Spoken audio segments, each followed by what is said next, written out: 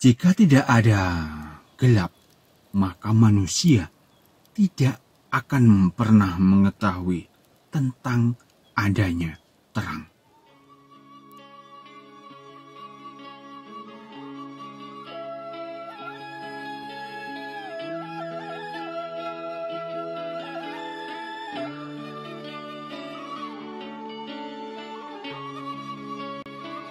Di episode ini, saya akan membahas tentang lontar ladi.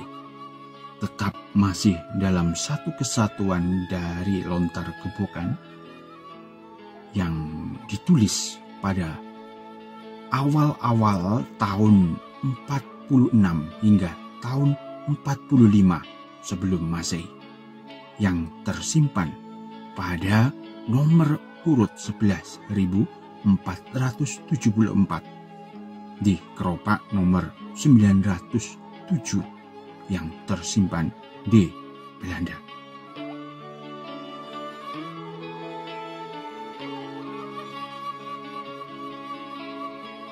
Karya sastra yang tertulis dalam lontar ini mempunyai nama sebagai Lontar Dewi Dumowati, karena di masa lampau leluhur kita itu menulis karya sastra itu berpedoman kepada kejadian alam.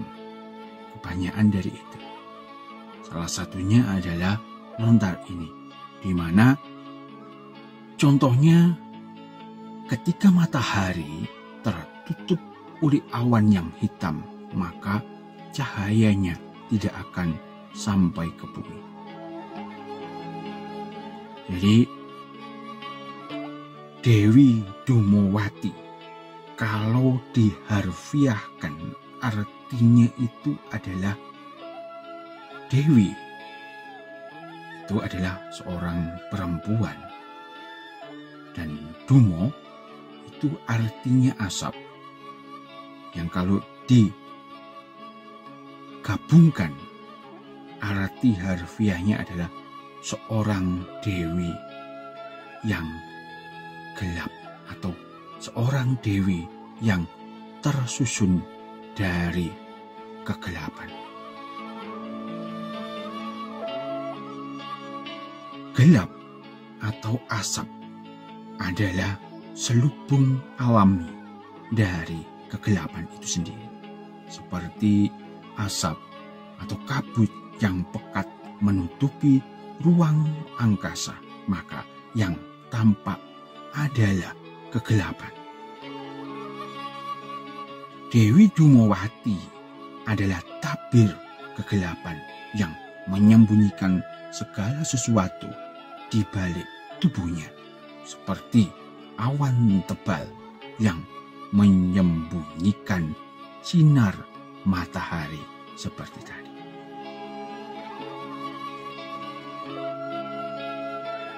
Untuk sebuah penampakan gelap diperlukan, karena seperti pepatah, jika kita ingin mengetahui terang, maka kita juga harus mengetahui tentang adanya gelap. Dewi Dumowati di lontar ini dibentuk atau digambarkan itu menjadi seorang nenek-nenek yang tua renta.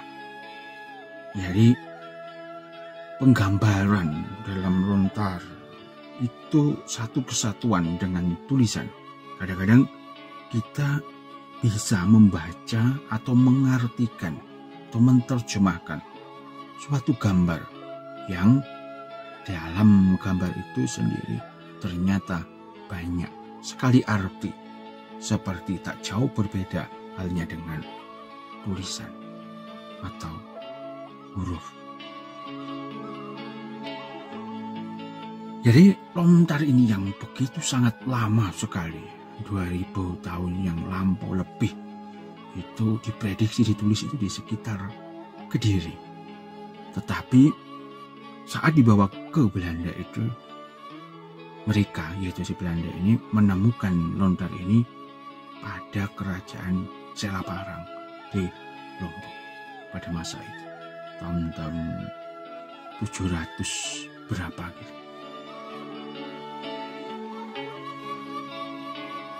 Dewi Dumawati menyatakan prinsip purba yang mula-mula ada, tertua dari segala manifestasi lainnya. Karena apa yang ada ini, apapun yang ada ini, bisa kita lihat di teori-teori atau penelitian di modern ini, berawal memang dari suatu kegelapan. Jadi di lontar ini, ya di karya sastra ini, karena kita akan mengenalnya itu di lontar gitu. Padahal itu juga tidak ditulis dalam lontar, daun lontar saja. Kadang-kadang ditulis kebanyakan itu di lempengan ini, sejenis logam. Karena dari lempengan logam ini yang bisa awet dibandingkan dengan lontar sendiri. Atau di tulang kadang-kadang, atau di kulit hewan itu. Suatu karya asli sastra yang ditulis asli dari Nusantara, yang artinya begitu sangat bagus, dikhususkan untuk pelajaran diri kita sendiri, dan nanti ya, ini dimaksudkan penulisnya itu untuk diwariskan ke anak-anak cucunya supaya menjadi pegangan hidup, supaya kita hidup punya pegangan, supaya kita tidak tersasar. Kemungkinan begitu apa yang dimaksudkan oleh leluhur-leluhur kita, yang salah satunya menulis pesannya di karya sastra yang disebut dengan Dewi Dumawati. Dewi Dumawati adalah keberadaan yang menyendiri. Beliau ini adalah tunggal. Tidak ada apapun bersamanya. Ia adalah misteri dari asal mula, di luar batas alam pikir, dan karenanya tepatlah bila disebut dengan kegelapan, karena eksistensinya tidak dapat dijangkau oleh pikiran dan perasaan manusia sendiri. Dewi Dumawati itu digambarkan seorang tua yang keriput, yang wajahnya sudah sangat tua sekali dan buruk rupa. Penggambaran ini dimaksudkan bahwa eksistensinya adalah tunggal, bahkan tanpa keinginan apapun, karena dia itu digambarkan sudah tua renta yang sangat-sangat keriput dan benar-benar sudah sangat tua. Dia sudah tidak ingin atau bahkan tanpa keinginan apapun. Itu penggambarannya.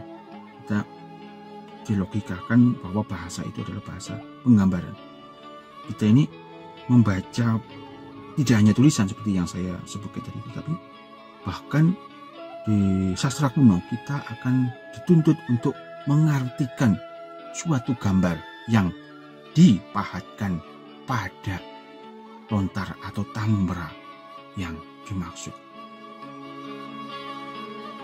Di dalam tubuhnya itu tersimpan potensi yang terselubung seperti matahari yang tertutup awan tadi. Dewi Dumawati ini murni mewakili kabut itu dan bukan mewakili mataharinya.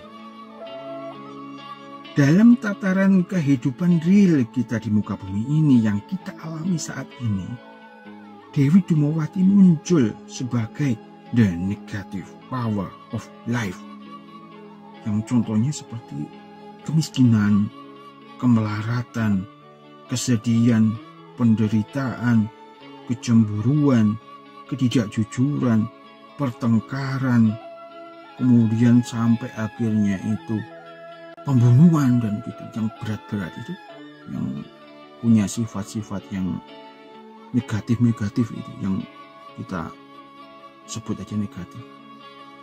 Ya, suatu penderitaan yang begitu sangat kompleks yang kita alami di dunia nyata ini, yang diwakili oleh figur buruk rupa, yaitu tadi yang disebutkan dalam gambar itu difigurkan sebagai si buruk rupa nenek tua, si Dewi Dumawati, yang digambarkan seperti seorang tua, seorang perempuan tua yang jahat, yang bengis, begitu wajahnya. Betapapun juga semua kualitas tadi adalah suatu yang menakutkan dalam kehidupan kita. Itulah kegelapan yang akan menjadi pendorong bagi siapapun yang tidak menemukan kepuasan dalam kualitas-kualitas itu tadi, yaitu si kemelaratan, pertengkaran, dan sebagainya itu. Mereka yang jenuh dengan semua itu akan bangkit dan bergerak mencari penyelesaian, membongkar sebab-sebab penderitaannya sampai mereka menemukan, ya, mereka itu kita, si manusia itu menemukan sumbernya. Kita akan menemukan sumbernya untuk segera diatasi. Jadi keberuntungan akan terbit bagi kita yang menyadari sebab musabab penderitaan hidup kita sendiri. Kita akan bebas dari kabut tebal kesedihan yang menyelimuti kita kalau kita memahaminya atau mengerti akan titik-titik atau sebab musabab akan kedatangannya, yaitu kesedihan, kecemburuan, perasaan iri, dengki, dan semua perasaan yang mendukung faktor dari ketidaksenangan dan penderitaan.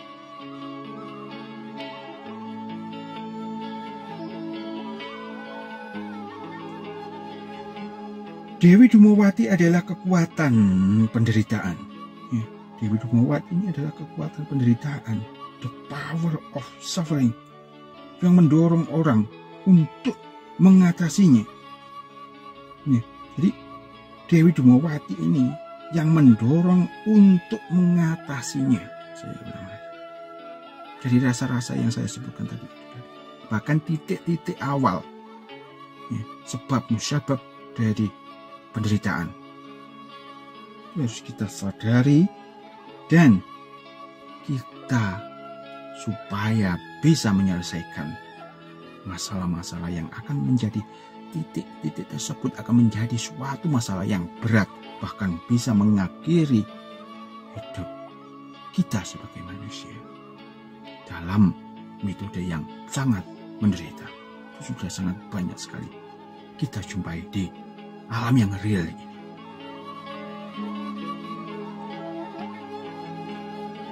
Mereka yang mengerti hal ini memandang Dewi Dumawati sebagai dewi dari pengingat. Walaupun dia itu berwajah sangat jahat, mengingatkan bahwa supaya kita itu lepas, supaya lepas dari titik-titik penyebab dari penderitaan. Sisi gelap dari kehidupan ditampilkan olehnya agar kita tidak terpesona oleh yang ditawarkan dalam kehidupan yang seperti ada di sekeliling kita ini, yang akhirnya menuju titik-titik tadi itu, menuju ke pertengkaran. Bahkan kan kita ini, ya, kita balik ke kehidupan real kita ini. Kita bisa bertengkar dengan saudara kita bisa bertengkar dengan tetangga, dengan teman. kita akhirnya dimusuhi orang banyak. Akhirnya bahkan yang berat kita bisa dipidanakan. Dari pertengkaran. Kemudian kita bisa menderita karena hal-hal yang lain. Seperti keinginan yang berlebihan akhirnya karena tidak ada faktor pendukung kita akhirnya melakukan kejahatan. Kan gitu. Jadi faktor-faktor penyebab penderitaan itu kan kalau kita lihat di sekeliling kita atau apalagi kita pernah mengalaminya, kita akan tahu begitu sangat kompleks dan sangat banyaknya faktor-faktor pendukung yang akan menjerumuskan kita ke lubang dari penderitaan. Jadi sang nenek, yaitu si Dewi Dumawati ini, sang nenek tua yang disebut dengan Dewi Dumawati, yang menyatakan kebijaksanaan kuno, membantu kita untuk mengubah frustasi menjadi energi kebahagiaan melalui the wisdom of fortitude. Melupakan kesenangan atau menghindari titik-titik kejanggalan yang fana ini yang menyebabkan kita akan sangat menderita. Contohnya apa? Tiba-tiba karena kita itu pekerjaannya ala kadarnya ya, mungkin begitu ya, atau penghasilannya minim, cukup atau apa gitu. Tetapi keinginan kita itu sangat-sangat berlebih karena manusia begitu. Akhirnya mau gak mau karena terdesak kita akan melakukan hal-hal yang sangat negatif. Mungkin bisa mencuri, mengakali, korupsi, dan segala macamnya. Tengoklah kita ke sekeliling kita ini.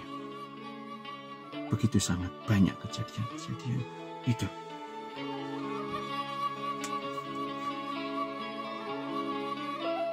Dewi Dumawati adalah primordial darkness, dari mana Maya muncul yang kemudian memanifestasikan semua keberadaan.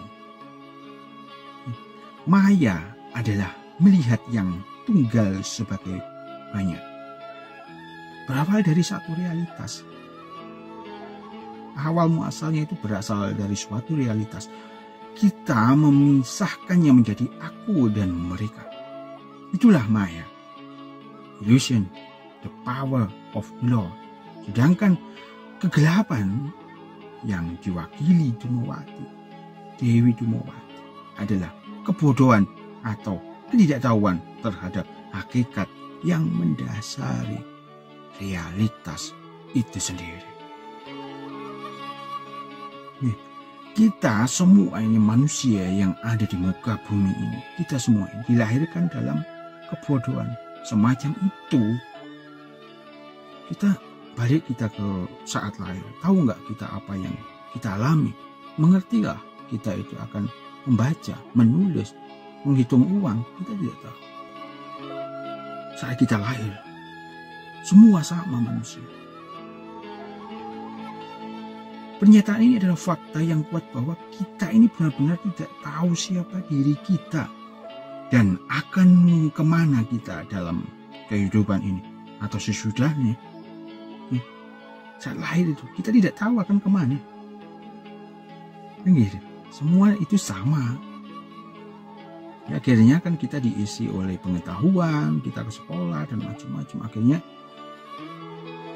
kita mengaku ke diri sendiri atau ke orang sekeliling kita bahwa kita adalah orang pintar, atau kalau aku ke orang banyak bahwa kita adalah orang pandai, terpelajar, kemudian orang mumpuni dan macam-macam, yang ujung-ujungnya semua itu dipakai sebagai dasar dari kesombongan.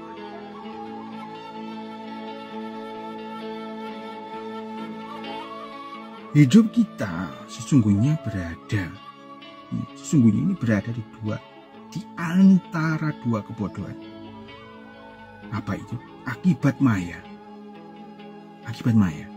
atau illusion, dan akibat dari kegelapan. Dewi Dumawati memeluk kita pada dua sisi itu. tentu amat berguna jika kita ini menyadari pelajaran praktis yang diberikan oleh Dewi Dumawati. Bagaimana kita seharusnya menjalani kehidupan ini. Hanya ketika kita mengakui bahwa kita bodoh dan benar-benar tidak tahu apa-apa, kita bisa mulai untuk belajar.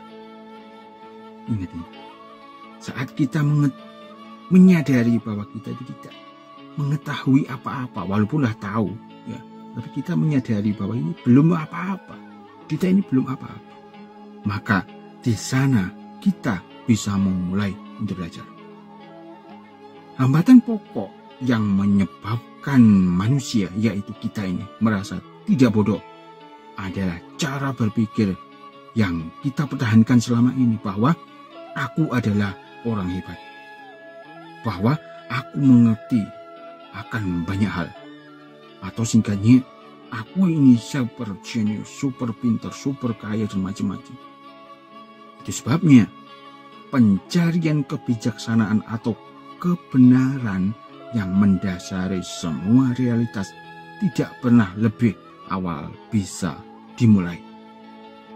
Karena banyak di antara kita ini mencari the truth, tidak menggandeng maya alias sikap kebanggaan semu, bahwa saya tidak bodoh, terlebih dengan mengandalkan derajatnya, akademiknya, yang menciptakan pengetahuan untuk bergerak keluar. Semua itu. Sementara hakikat kebenaran itu ternyata ada di dalam.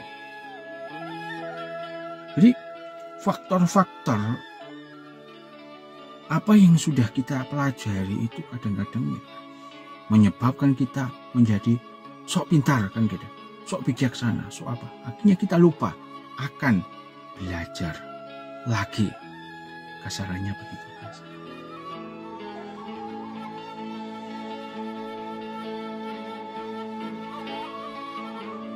Pikiran dibebaskan dari pengetahuan yang selama ini kita pegang erat-erat.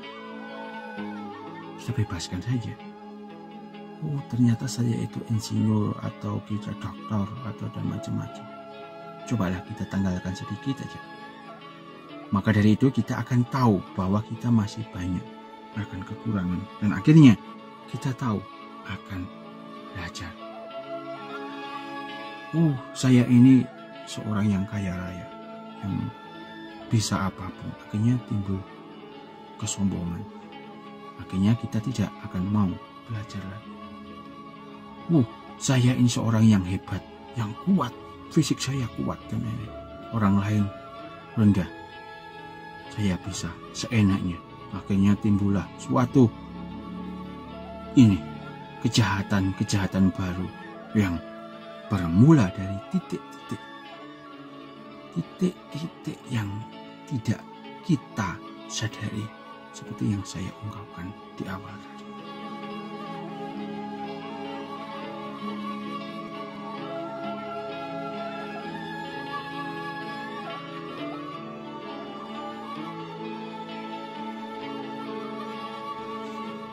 Jadi orang masa lampau, leluhur kita, membuat suatu pelajaran itu terinspirasi kebanyakan itu dari alam, yang akhirnya disusun sedemikian rupa hingga menjadi suatu karya sastra yang sangat luar biasa, mengingatkan, menuntun kita sebagai anak cucunya supaya bisa menjadi manusia. Jadi begitu. Jadi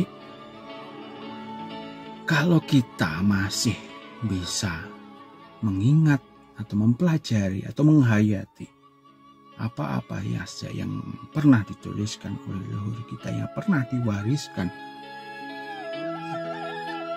oleh beliau-beliau, niscaya kita akan menjadi manusia yang akan mendekati seutuhnya. Karena begitu keruh kehidupan di zaman sekarang ini. Dan kita tidak tahu kehidupan keruhnya bagaimana di masa sesudah kita ya, di masa mendatang. Beruntunglah kita kalau sebatas di media sosial ini kita masih bisa berbagi. Saya bukan orang yang tahu, tetapi kebetulan saya mengetahui begitu sangat banyaknya puluhan ribu karya sastra dari leluhur kita yang masih ada hingga hari ini.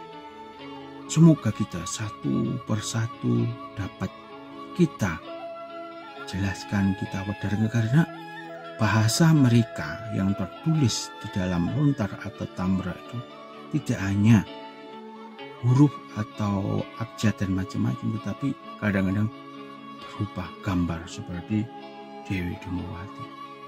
Bagaimana kita paling tidak jelinya untuk bisa membaca pesan-pesan luhur dari mereka. Dan untungnya kita sekarang di media sekarang ini bisa berbagi. Jadi semoga bermanfaat. Ini adalah karya sastra dari leluhur, bukan leluhur saya saja, tetapi leluhur kita semua. Begitu sangat banyak, saya ulang, 33.000 lebih eksemplar. Dan kebanyakan yang ditulis itu adalah tuntunan yang supaya anak cucunya, yaitu kita-kita ini, mempunyai pegangan.